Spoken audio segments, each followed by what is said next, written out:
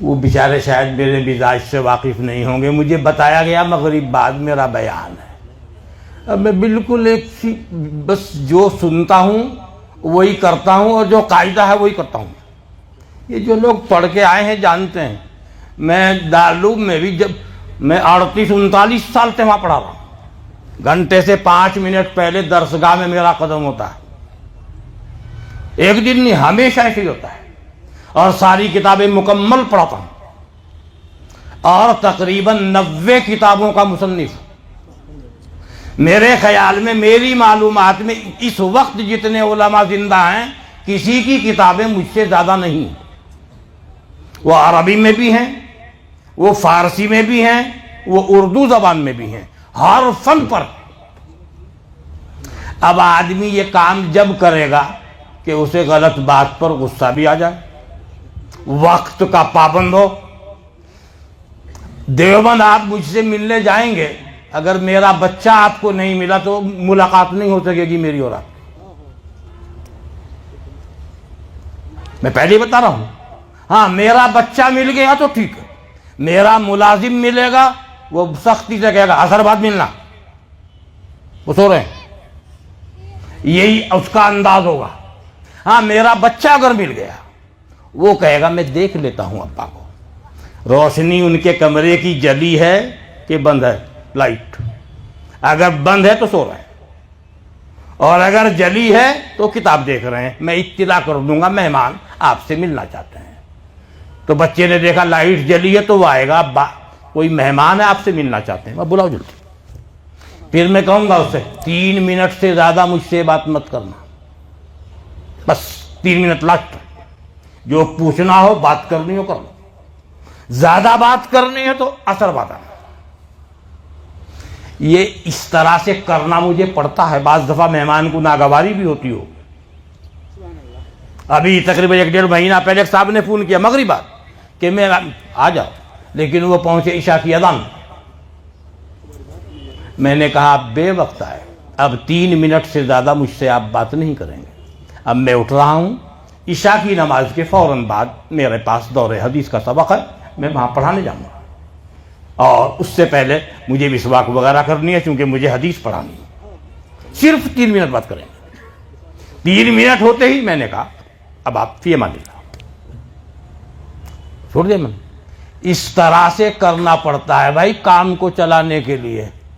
تو وہ پتہ نہیں وہ اس لیے وہ آپ کے سامنے آ گیا. ویسے سفر میں ایسا ہوتا نہیں، آج پتہ نہیں کیوں ہو گئے. تو کچھ باتیں سناؤں گا آپ کو. سب سے پہلی بات تو سناؤں گا اپنے استاد، اپنے شیخ، اپنے پیر حضرت مفتی صاحب رحمت اللہ علیہ کا ایک واقعہ. ذرا غور سے سنیے، اس سے سبق ملے گا. ایک زمانے میں ہمارے حضرت مفتی صاحب، ایک شہر ہے بلگرام، یو پی میں ہے بلگرام، وہاں تشریف رکھتے تھے.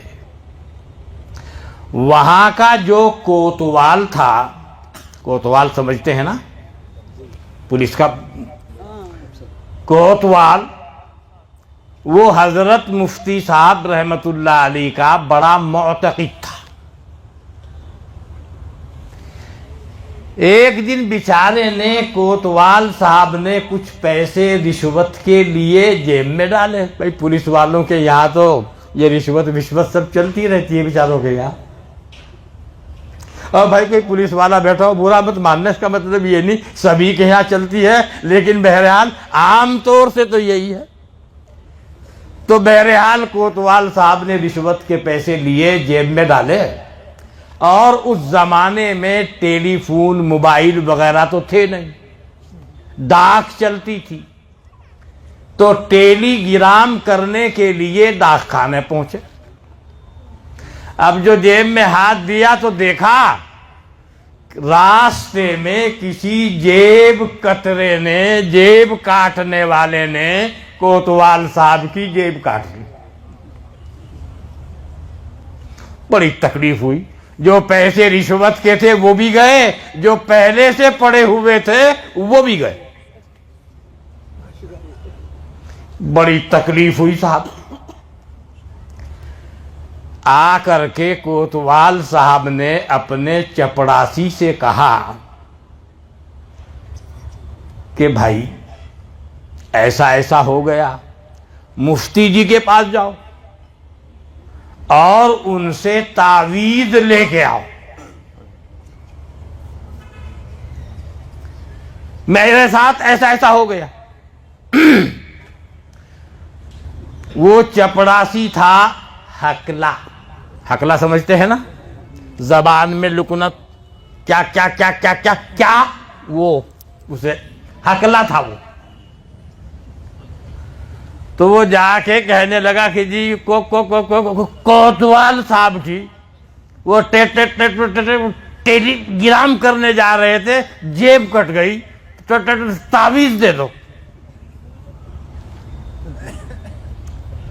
تو حضرت نے فرمایا، یہ ہے سننے کا جملہ،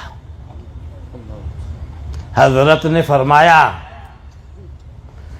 کہ کوتوال صاحب کو میرا سلام کہنا اور ان سے کہنا کہ اللہ کا شکر ادا کرو، وہ حرام کے پیسے جیب میں آئے تھے، جیب کٹی ہے، اگر پیٹ میں پہنچ جاتے تو پیٹ کٹ جاتا۔ بھائی تفصیل کی ضرورت نہیں، سمجھ رہے ہوں گے آپ سب۔ اس لیے میرے بھائیوں، حرام سے بچنا ضرور۔ جو چیزیں حرام ہیں، پیٹ میں جانے والی ہوں، منہ سے نکلنے والی ہوں، حرام چیزوں سے بچنا ضروری ہے، انجام خراب۔ اللہ نے سچائی میں طاقت دی ہے، سچائی کو۔ باطل طاقت نہیں ہوتی، پھول تو سکتا ہے تھوڑی دیر کے لیے، طاقت نہیں ہوتی اس میں۔ طاقت حق کے اندر ہوتی ہے، سچائی میں ہوتی ہے، صداقت کے اندر ہوتی ہے۔ پھر حضرت نے ایک شعر کہا، ہمارے حضرت شاعر بھی تھے، ہمارے حضرت نے کیا، پہلے ہمارے سارے بڑے اکابر حرفن مولائی ہوتے تھے، وہ امام بھی ہیں، حافظ صاحب بھی ہیں، قاری صاحب بھی ہیں، مولانا بھی ہیں، محدث بھی ہیں، مفتی بھی ہیں، وہ بھی ہیں، معبر بھی ہیں، مفسر بھی ہیں، سب کچھ ہوتے تھے۔ حضرت نے کہا ایک شعر فارسی زبان میں ہے، وہی واقعہ نقل کیا ہے اس میں۔ اب اس میں جو آئے گا ٹیلی، وہ اسی کی طرف اشارہ ہے کہ وہ زبان کا حقلہ تھا، ورنہ اصل ٹیلی ہے وہ۔ اس میں آئے گا شعر میں ٹیلی، دی شب عجیب حادثہ در دل گرام رفت، وہاں کے جیب شاہنئے عالی مقام رفت، دراں زماں بمن ٹٹیلی گرام رفت، مال حرام بود جائے حرام رفت۔ مطلب تو میں نے پہلے ہی بتا دیا، اس کا سمجھ میں آ گیا ہوگا۔ بھائی بات سمجھ میں آ رہی ہوگی۔ واقعہ میں نے واقعے کی غرض سے نہیں سنایا، اس میں ایک سبق ہے قوم کے، سب کے لیے سبق ہے۔ اب سناتے سناتے حضرت کا ایک شعر یاد آ گیا اردو میں، حضور اقدس صلی اللہ علیہ وسلم کی شان میں۔ فرماتے ہیں، خاک پاک قبر اطہر عرش اعظم سے عزیز، متصل رہتا ہے جس سے شاہ والا کا کفن، نور انور بقائے انوار میں محجوب ہے، جس کی تابش سے ہے روشن شمس و مہتاب زمان۔ اگر سمجھنے میں کچھ دشواری ہو رہی ہے تو مطلب یہ ہے کہ حضرت جناب نبی اکرم صلی اللہ علیہ وسلم جہاں تشریف فرما ہیں روضہ اقدس میں، اس کا مقام پورے مدینے سے، پورے مکے سے، پوری روئے زمین سے، تمام آسمانوں سے، کرسی سے، یہاں تک کہ عرش اعظم سے افضل ہے۔ یہ ہے مطلب شعر کا۔ پھر سنو شیخ، خاک پاک قبر اطہر عرش اعظم سے عزیز متصل رہتا ہے جس سے، شاہ والا کا کفن نور انور بقائے انوار میں محجوب ہے، جس کی تابش سے ہے روشن شمس و مہتاب۔ آ گیا ہوگا سمجھ میں، یہ میرے استاد کا شعر ہے۔ شاگرد کا بھی سننا چاہتے ہو کیا؟ اسی مضمون کو میں نے اپنے شعر میں لیا ہے، ایک نعت میں۔ میرا انداز تھوڑا الگ ہے، مطلب وہی ہے بالکل۔ قانون خرد سے نور مکاں جب نور مکیں کا مظہر ہے، روضے کو قدم بوسی کا شرف یوں عرش بری سے برتر ہے شمع ہدایت تجھ میں مکیں کونین کا جب سردار، یہاں تقدیر ازل کے کھلتے ہیں ہر روز یوں ہی اسرار، یہاں۔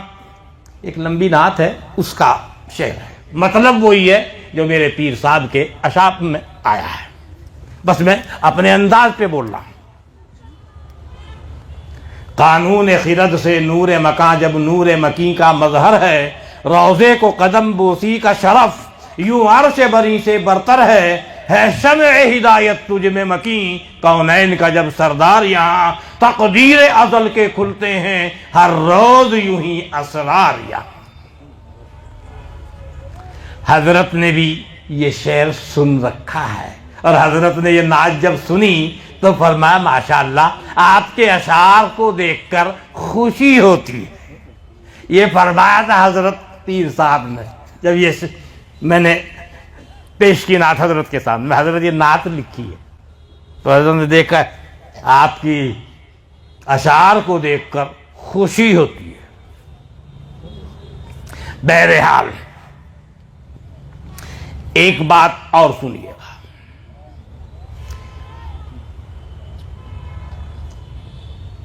فرعون کہاں ڈوبا تھا؟ دریا میں۔ اور اس کے ساتھی کہاں ڈوبے؟ دریا میں۔ اور اسی دریا میں حضرت موسیٰ اور ان کے ساتھی پار ہو گئے۔ معلوم ہوا ڈوبنے ڈوبانے بچنے بچانے کا مدار دریا پر نہیں ہے، اللہ کی رحمت پر ہے۔ وہی دریا ہے، اسی دریا میں حضرت موسیٰ ہیں اپنے ساتھیوں کے ساتھ، اسی دریا میں فرعون ہے اپنے ساتھیوں کے ساتھ، حضرت موسیٰ اپنے ساتھیوں کے ساتھ پار، اور فرعون اپنے ساتھیوں کے ساتھ غرق دریا۔ اب اعتماد کے قابل اللہ ہے یا کوئی اور چیز؟ اللہ۔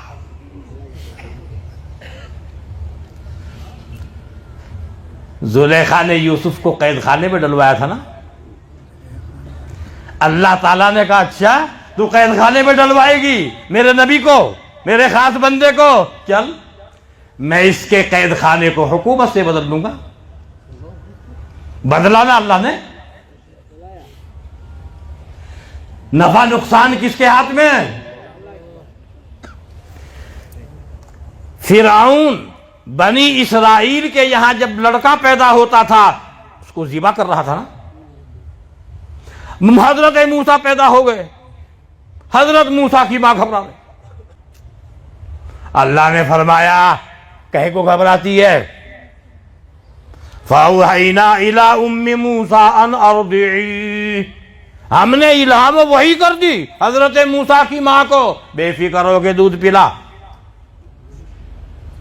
جب کچھ خطرہ محسوس کرے لکڑی سی کی صندوقڑی میں دریا میں پھینک دینا، ہم جانے ہمارا کام جانے۔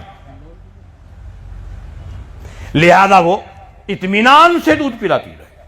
جب اس نے خوف محسوس کیا بس ایک صندوقڑی سی لی اور اس میں رکھا، دریا میں پھینک دیا۔ فرعون نے دیکھا کوئی چیز بہی جا رہی ہے، اسے اٹھوایا، نکلوا، دیکھا بچہ ہے، چاہا قتل کر دوں، بیوی آڑے آ گئی حضرت آسیہ، بہت نیک عورت ہے فرعون کی بیوی۔ اس سے ایک نقطہ معلوم ہوا، غور کرنا، اگر اللہ کی رحمت ساتھ ہے، بڑے سے بڑے خبیث کی صحبت بھی بندے کو یا بندی کو نہیں بگاڑ سکتی۔ مثال حضرت آسیہ، کتنی نیک بندی ہے۔ حضور اقدس صلی اللہ علیہ وسلم نے حدیث میں فرمایا، دنیا کی سب سے افضل ترین عورتیں تین ہیں، حضرت مریم، حضرت آسیہ فرعون کی بیوی، اور حضرت خدیجہ رضی اللہ عنہا۔ ان کی تعریف فرمائی۔ اس حدیث میں تین کا ذکر ہے، اور بھی ہیں، حضرت عائشہ کی، فلاں کی، لیکن اس حدیث میں تین کا ذکر ہے۔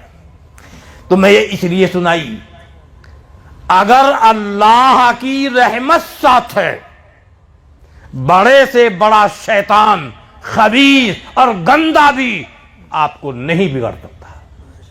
اس کی مثال حضرت آسیہ، اس کی مثال حضرت ابراہیم۔ باپ کون ہے؟ آذر، کافر۔ کچھ فرق پڑا حضرت ابراہیم پر؟ اور اگر اللہ کی رحمت ساتھ نہیں دے رہی ہے، پیغمبر کا بیٹا ہونے سے بھی کوئی فائدہ نہیں ہوگا۔ نوح کا بیٹا دیکھ لو، کافر ہے۔ اللہ کی رحمت ساتھ نہیں دے رہی ہے، پیغمبر کی بیوی ہے، تب بھی جہنم میں ہے، جیسے لوط کی بیوی۔ اصل مدار اللہ کی رحمت پر، کسی پر نہیں۔ اللہ جس چیز کو چاہے بندے کے لیے راحت کی، نفع کی، فائدے کی چیز بنا دے۔ بھائیوں نے نقصان پہنچانا چاہا حضرت یوسف کو، زلیخا نے فائدہ پہنچانا چاہا، نبوت بھی اللہ نے دی اور حکومت بھی اللہ نے دی۔ وہ جس چیز کو چاہے گا فائدے سے بدل دے گا۔ اللہ فرماتا ہے، آسان تکرہوا شیئا وہو خیر لکم وآسان تحبوا شیئا وہو شر لکم واللہ یعلم وانتم لا تعلمون۔ اللہ فرماتا ہے، بندو تم نہیں جانتے، اللہ جانتا ہے تمہارا فائدہ کہیں میں ہے۔ ہو سکتا ہے تمہارے گھاٹے کی، اور تم سوچے بیٹھے ہو بھئی اس میں میرا فائدہ نہیں، گھاٹا ہے۔ تمہارے لیے چیز فائدے کی ہے اور تم سوچ کے بیٹھے ہو اس میں میرا گھاٹا ہے، نقصان ہے۔ نہیں، تمہیں نہیں پتا، اللہ جانتا ہے۔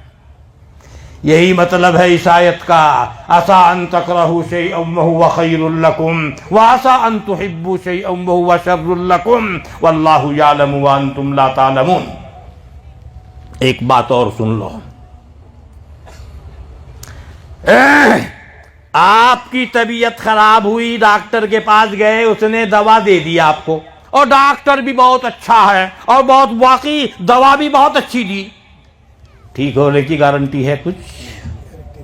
ٹھیک کر سکے ڈاکٹر؟ وہ ڈاکٹر کا کام نہیں ہے بیچارے کا۔ ڈاکٹر کا کام اپنے فن کے مطابق آپ کو دیکھ کے دوا تشخیص کر کے دے دینا، شفا تو اس بیچارے کے ہاتھ میں نہیں ہے۔ بعض لوگوں کو ہم نے دیکھا بھائی ڈاکٹر کی دکان کے باہر ہنگامہ کر، کیا وہ ایک آدمی کا ایسا ہو گیا ہنگامہ کر رہے ہیں، کیوں بھائی؟ کوئی خدا بیچارہ ہے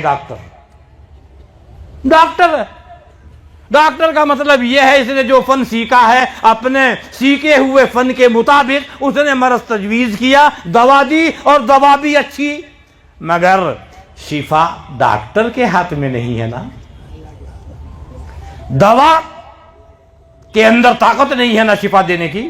ہمارے ایک بزرگ ہیں جن کا نام ہے حضرت شاہ ولی اللہ محدث دہلوی رحمت اللہ علیہ، نام سنتے رہتے ہوں گے آپ، بہت بڑے محدث ہیں ہندوستان کے، تمام محدثین کی جڑ، ان کے واسطے کے بغیر آگے نہیں چڑھے گی سند، اسی کو کہتے ہیں مسند الہند۔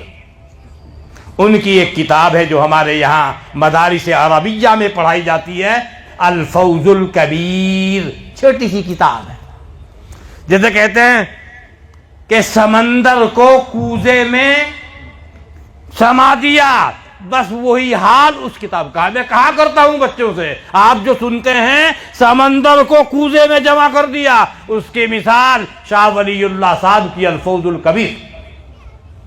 علامہ سیوطی کی اسی موضوع پر اتنی موٹی کتاب ہے، اس کا نام ہے الاتقان۔ اس اتنی موٹی کتاب میں وہ باتیں نہیں ہیں جو اس چھوٹی سی چند ورق کی کتاب کے اندر۔ ایسی کتاب ہے، کیوں؟ اللہ کی بارگاہ سے بہت گہرا کنیکشن ہے شاہ ولی اللہ محدث دہلوی کا۔ اور آدمی کی باتیں پختہ جبھی ہوں گی جب اس کا تعلق اللہ کے دربار سے اور جناب نبی اکرم صلی اللہ علیہ وسلم کے دربار سے بالکل پکا ہو جائے۔ وہ خود بھی لکھتے ہیں وہاں، ارے کیا پوچھو بھائی میرے بارے میں، سچی پوچھو تو بس اللہ کی بارگاہ کا شاگرد ہوں، اور سچی پوچھو تو حضرت جناب نبی اکرم صلی اللہ علیہ وسلم کی بارگاہ کا اویسی ہوں۔ وہ خود لکھ رہے ہیں اسی کتاب میں۔ وہ ان لوگوں میں سے نہیں ہے جو خام خواہ لکھ دیں گے، تو بڑے لوگوں میں سے۔ اس میں انہوں نے لکھا ہے ہر دعویٰ، ہر دعا، ہر وظیفہ، ہر ذکر، ہر علاج، ہر تدبیر اپنا اثر دکھانے کے لیے اوپر کے فیصلے کی منتظر ہوتی ہے۔ آپ بیمار ہو گئے کسی کے پاس، اجی مولانا جی مجھے جھاڑ دیو، دم کر دینا، مجھے ایسا ہو گیا، اس نے آیت پڑھ کے دم کر دیا، کیا گارنٹی ہے کیا ٹھیک ہو جاؤ گے؟ اجی ہم نے تو پڑھا قرآن میں وَنُنَزِّلُ مِنَ الْقُرْآنِ مَا هُوَ شِفَاءٌ وَرَحْمَةٌ لِّلْمُؤْمِنِينَ۔ ہاں بھائی قرآن میں شفا ہے، مگر یہ بھی آگے بھی تو ہے وَلَا يَزِيدُ الظَّالِمِينَ إِلَّا خَسَارًا۔ ظالموں کا حلیہ بھی تو خراب کرے قرآن، یہ بھی تو ہے قرآن میں۔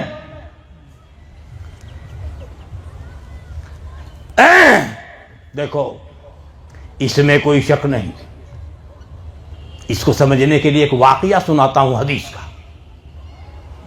ایک صحابی حضرت جناب نبی اکرم صلی اللہ علیہ وسلم کی خدمت میں حاضر ہوئے اور کہنے لگے یا رسول اللہ میرے بھائی کا پیٹ خراب ہو گیا۔ حضرت نے فرمایا جاؤ اس کو شہد پلاؤ، شہد پلاؤ۔ شہد جانتے ہو نا، شہد وہ بڑی قیمتی چیز ہے، اس کے بارے میں بھی قرآن نے فرمایا فیہ شفاء للناس۔ اللہ تعالیٰ نے اس کے اندر اپنے بندوں کے لیے، انسانوں کے لیے شفا رکھی ہے۔ جا کے شہد پلایا اور پیٹ خراب ہو گیا، دست لگ گئے اور درد ہوا۔ وہ آگے کہنے لگا حضرت اور پیٹ خراب ہو گیا۔ حضرت نے فرمایا بات نہ بنا، جاؤ اور شہد پلاؤ۔ اور شہد پلایا اور گڑبڑ ہو گئی۔ پھر وہ آیا کہنے لگا حضرت اور گڑبڑ ہو گئی۔ آپ نے فرمایا خدا کی قسم تیرے بھائی کا پیٹ جھوٹا ہے، تیرے بھائی کا پیٹ جھوٹا ہے۔ میرا رب فرماتا ہے فی شفاء للناس، اس کا کلام حق ہے، جاؤ اسے شہد پلاؤ۔ پھر گیا، پھر شہد پلایا تو ٹھیک ہو گئی۔ وہ کیا تھا؟ وہ سڈا ہو گیا تھا پیٹ میں، سمجھ رہے ہوں گے، سڈا سوکھ جاتا ہے جو۔ اب پہلی مرتبہ جب پلایا، اب وہ شہد کی جب اپنا اثر دکھانا شروع کیا اللہ کے اشارے سے، تو درد ہونا شروع ہوا پیٹ میں۔ اور پلایا تو اور اس میں حرکت آئی اور درد بڑھا۔ پھر پلایا وہ باہر نکل گیا، ختم، جھگڑا ختم، پیٹ صاف ہو گیا۔ فی شفاء للناس ہے، اللہ نے جو فرمایا فی شفاء للناس۔ لیکن بھائی یہ ضروری نہیں ہے کہ ہر وقت ہر آدمی کو شہد پیتے ہی فائدہ ہو۔ اب آپ کہیں اللہ فرما رہا ہے فی شفاء للناس، صحیح فرما رہا اللہ تعالیٰ، تم سمجھے نہیں۔ مطلب ایک حدیث میں آیا کہ کہ جی ہمارے مریض کو بخار چڑھ رہا ہے، گھر کے آدمی کو کہ اسے اٹھا کے نہر میں لے جاؤ اور نہر میں غوطے دو، اسے بخار ٹھیک ہو جائے گا۔ ایک غوطے میں ٹھیک نہ ہو، دوسرا دو، دوسرا دو، تیسرا دو، چوتھا دو، پانچواں دو، چھٹا دو، ساتواں دو۔ اب یہاں سردیوں میں آپ کے یہاں کسی کو بخار چڑھ گیا اور وہ حدیث آپ نے دیکھ لی، اب آپ اسے اٹھا کے لے گئے وہ کہے میں اس میں نہر میں، بالکل ٹھنڈا پانی برف جیسا، اور آپ نے اس میں ڈال دیا، میں غوطہ دوں گا، وہ مر گیا۔ تو قصور حدیث کا نہیں ہے، ہمارا ہے، ہم سمجھ نہیں پائے۔ وہ ہر بخار کے لیے نہیں ہے، ہر علاقے کے لیے نہیں ہے۔ ہمارے یہاں عام طور سے جو مزاج ہے لوگوں کے، وہ بخار میں اس چیز کو برداشت نہیں کر پائے۔ میں عرب کے ایک عالم سے گفتگو ہو رہی تھی، انہوں نے کہا کہ اگر ہمارے یہاں کسی کو بخار یا نزلہ ہو جائے تو ہم اس کو برف کا پانی ٹھنڈا کر کے پلا دیتے ہیں، ایک دم ٹھنڈا، اور ٹھیک ہو جاتا ہے۔ وہ ان کا مزاج ہے۔ بلغمی مزاج جس کا ہوگا، سمجھ رہے ہوں گے، اگر مزاج بلغمی ہے اور بخار چڑھ گیا اور آپ نے اسے نہر میں ڈال دیا، وہ مرے گا یقینا۔ حضرت تو فرما رہے ہیں شفا یاب ہو جائے گا، حضرت صحیح فرما رہے ہیں۔ وہ کسی کے لیے ہے، سب کے لیے نہیں۔ وہ جو پوچھ رہے تھے وہ ان کے لیے ہے۔ بعض دفعہ ایسا بھی ہوتا ہے کہ حضرت کا جواب عام نہیں، فقط ان کے لیے ہے جو پوچھ رہے ہیں، اور اکثر ایسا ہے کہ جواب آپ کا سب کے لیے ہے۔ تو میرے بھائیو، قرآن کریم کے بارے میں بھی اللہ نے فرمایا، اور اسی کی وضاحت حضرت جناب نبی اکرم صلی اللہ علیہ وسلم نے فرمائی۔ حضرت فرماتے ہیں ان اللہ یرفع بہذا الکتاب اقواما ویضع بہ آخرین۔ اللہ تعالیٰ نے اسی قرآن کریم کی بدولت بہت سے لوگوں کو بڑی بڑی عزت اور بلندیاں عطا فرمائی، اور بہت سے لوگوں کو ذلیل اور خار کر کے رکھ دیا۔ جن لوگوں نے قرآن کو اپنایا، قرآن کی عزت کی، قرآن کو پڑھا، قرآن کی تلاوت کی، قرآن کا احترام کیا، اور قرآن سے محبت کی، اور اس کو سمجھا، اور اس کو پڑھا، اور اس کے اوپر عمل کیا، اور اپنی زندگی میں اتارا، اور اس کی پیروی کی، اللہ نے ان کو عزت دے دی۔ اور جن لوگوں نے الٹا کر دیا، تعلق رکھا نہیں، گھر میں رکھ لیا، پڑھے گا کون؟ اور جو تقریر کرنے والے ہوتے ہیں، تقریباً قرآن پڑھو، اور بھائی تو خود کتنی سورتیں پڑھے روزانہ فجر بعد بتانا؟ پڑھنا ہے، صرف دوسرے ہی کو بتانا نہیں کہ قرآن پڑھنا ہے، خود بھی پڑھنا ہے، خود بھی تلاوت کرنی ہے، خود بھی سمجھنا ہے، خود بھی اس کے اوپر عمل کرنا ہے، اور خود بھی اس کو اپنی زندگیوں میں اتارنا۔ کتنے لوگ صبح صبح جس وقت میں قرآن کریم کی تلاوت کا وقت ہوتا ہے، کتنے لوگ دوسرے کام میں لگ جاتے ہیں۔ وہ کام 5 منٹ کے بعد بھی ہو سکتا ہے۔ نماز کے بعد دعا سے فارغ ہو کر قرآن کریم اٹھائیے پہلے۔ یہ کیا ہے کہ آپ کو اس کے لیے وقت نہیں مل رہا ہے، دوسرے کام کے لیے وقت مل رہا ہے، ٹیلی فون پہ بات کرنے کے لیے وقت مل رہا ہے، اخبار دیکھنے کے لیے وقت مل رہا ہے، قرآن کریم کی تلاوت کے لیے وقت نہیں مل رہا ہے۔ کی تلاوت بھی کرنی ہے، سب کو کرنی ہے، بچے کو بھی کرنی ہے، بڑے کو بھی کرنی ہے، استاد کو بھی کرنی ہے، شاگرد کو بھی کرنی ہے، پیر کو بھی کرنی ہے، مرید کو بھی کرنی ہے، ابا کو بھی کرنی ہے، بیٹے کو بھی کرنی ہے، شوہر کو بھی کرنی ہے، بیوی کو بھی کرنی ہے، سب کو کرنی ہے بھائی۔ گھر میں قرآن رکھا ہوا ہے، تلاوت نہیں ہو رہی ہے، عمل نہیں ہو رہا ہے، اخبار پڑھے جا رہے ہیں، مورتیاں لگی ہوئی ہیں، تصویریں لگی ہوئی ہیں۔ جب مسلمانوں کا گھر مورتیوں سے، تصویروں سے سجایا جائے گا، انجام کیا ہوگا؟ ہاں، مسلمانوں کے گھر کی سجاوٹ اور اس کی نورانیت تلاوت قرآن سے ہو تو صورتحال کچھ اور ہو، اور بجائے تلاوت قرآن کے جب دوسری چیزیں وہاں پر آئیں گی پھر پریشان ہوتا پھرے گا اور حل ڈھونڈتا پھرے گا، کہیں حل نہیں ملے گا، جھگڑے گا شیطان، خبیث جنات جھگڑیں گے۔ اس لیے میرے بھائیوں، اپنے بزرگوں کے نقش قدم کے علاوہ، اکابر کی پیروی کے علاوہ کوئی چارہ کار نہیں ہے۔ وہ ہمارے جو بڑے ہیں، ہمارے جو آقا ہیں، حضور اقدس صلی اللہ علیہ وسلم، آپ پر قرآن نازل ہوا، آپ نے پڑھا، آپ نے اپنے صحابہ کو پڑھایا، صحابہ نے اسی کو پڑھا، اسی کے اوپر عمل کیا، اللہ نے کتنی عزت ان کو دی ہے، قرآن کی برکت سے دی، کوئی اور چیز نہیں ہے، وہ فقط قرآن ہے جس سے صحابہ کو عزت ملی۔ آج اگر آج کے مسلمان کو عزت چاہیے، کسی اور چیز سے نہیں ملے گی، غلط فہمی نکال دو اپنے دل سے، قیامت تک نہیں مل سکتی، کچھ بھی کر لو چاہے۔ عزت ملے گی قرآن سے، عزت ملے گی دین سے، عزت ملے گی ایمان سے، عزت ملے گی اللہ کے ماننے سے، عزت ملے گی سچا آدمی بننے سے، صاف ستھرا انسان بننے سے۔ جو قرآن کا فیصلہ ہے وہیں سے عزت ملے گی۔ وہ معزز تھے زمانے میں مسلمان ہو کر، اور ہم خار ہوئے تاریک قرآن ہو کر۔ آج بھی ہو جو براہیم سا ایمان پیدا، آگ کر سکتی ہے پھر انداز گلستہ پیدا۔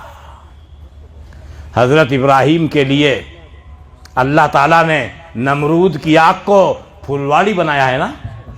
کیا اللہ کی قدرت کے خزانوں میں، رحمت کے خزانوں میں کچھ کمی آ گئی کا؟ نعوذ باللہ، نہ آئی، نہ آ سکتی ہے۔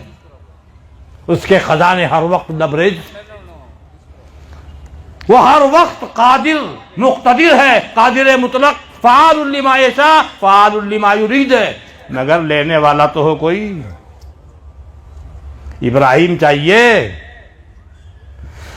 حدیث میں آتا ہے کہ اللہ تعالی ہر رات کے آخری حصے میں آسمان دنیا کی جانب نزول فرماتا ہے۔ کیسے؟ وہ تو اللہ جانے، کیا اس کی کیفیت ہوتی ہے وہ تو اللہ جانتا ہے، لیکن حدیث میں جو آیا وہ میں پیش کرتا ہوں۔ اعلان ہوتا رہتا ہے اللہ کی طرف سے، ہے کوئی ہم سے مانگنے والا کہ ہم اسے دے دیں؟ ہے کوئی ہم سے رزق طلب کرنے والا ہم اس کو رزق دے دیں؟ ہے کوئی ہم سے معافی مانگنے والا، مغفرت طلب کرنے والا ہم اس کو معاف کر دیں، اس کی مغفرت کر دیں؟ ہے ہم سے عافیت کا طالب ہم اس کو عافیت دے دیں؟ یہ اعلان صبح صادق تک ہوتا رہتا ہے۔ کچھ اللہ کے بندے ہیں جو اس وقت مانگتے رہتے ہیں اللہ کے بندے، ایسا نہیں ہے، لیکن زیادہ تر سوتے ملیں گے۔ کیا؟ وہ وقت تو صبح صادق سے پہلے تہجد کا وقت اعلان ہوتا رہتا ہے۔ تو میرے بھائیوں، ہمیں چاہیے اس قرآن کو مضبوطی سے تھام لیں۔ مسلمان کی ساری عزت اسی سے جڑی ہوئی ہے، اس سے جتنا جڑتا چلا جائے گا اور خلوص و اخلاص کے ساتھ اتنا ہی بڑھتا جائے گا، دنیا میں بھی اور آخرت۔ وہ جیسا ایک حدیث سنتے ہوں گے آپ، قال النبی صلی اللہ علیہ وسلم یقال لصاحب القرآن اقرأ وارتق ورتل کما انت ترتل فی الدنیا فإن منزلک عند آخر آیت تقرأها۔ دنیا میں بھی اور آخرت میں بھی سارا مدار کس پر ہے؟ قرآن پر۔ یہاں جس نے مضبوطی سے تھاما بام عروج پر پہنچا، آخرت میں بھی ایسے ہی عزت کرتا ہوا جائے گا، اور جس نے تعلق ختم کیا اس سے، یہاں بھی ذلیل اور وہاں بھی ذلیل۔ اب بھائی بات سمجھ میں آئی کہ نہیں؟ بات تو کچھ عجیب سی لگی ہوگی، سمجھ میں آئی ہوگی۔ خود بھی عمل کرو، بچوں کو سمجھاؤ، بچیوں کو سمجھاؤ، گھر والوں کو سمجھاؤ، قرآن سے جڑو، صحیح آدمی بن جاؤ، جھوٹ ووٹ چھوڑ دو، مکاری وکاری سب چھوڑ دو، سچے پکے مسلمان بن جاؤ. مسلمان کے معنی ہے فرما بردار، نہیں تو ذلت کے علاوہ کچھ نہیں ہے. حالات سامنے ہیں. اللہ تعالی ہم سب کو عمل کرنے کی توفیق عطا فرمائے. آمین ثم آمین. وآخر دعوانا ان الحمد للہ رب العالمین.